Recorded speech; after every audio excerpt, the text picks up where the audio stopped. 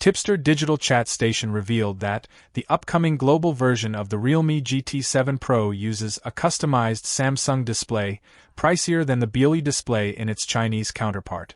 This specialized screen offers a peak brightness of 2000 nits globally, up from the 1600 nits on the Realme GT 5 Pro.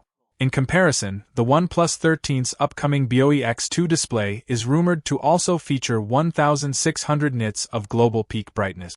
For those wondering, global peak brightness, or HBM, is the level of brightness a phone achieves under direct sunlight, crucial for outdoor visibility. While the manual peak brightness remains at 1000 nits, the tipster didn't disclose the local peak brightness, which comes into play when viewing HDR content. The Realme GT 7 Pro also packs the yet-to-be-released Snapdragon 8 Gen 4 or Snapdragon 8 Elite chipset, that already making waves on Geekbench for its stellar performance. However, there are concerns about the chip's power efficiency and potential heating issues, given its new core architecture and clock speed of up to 4.32 GHz. A previous report noted that the CPU reached temperatures over 98 degrees Celsius during normal usage.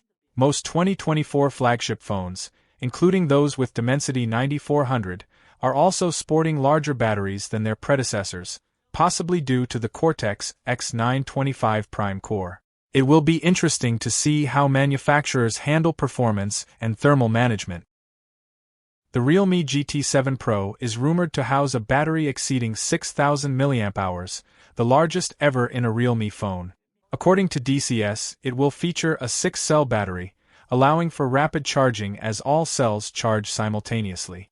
The phone's 3C listing indicates it will include a 120W charger. Following industry trends, Realme has adopted silicon-carbon anode battery technology, which helps keep the phone sleek and lightweight despite its increased capacity.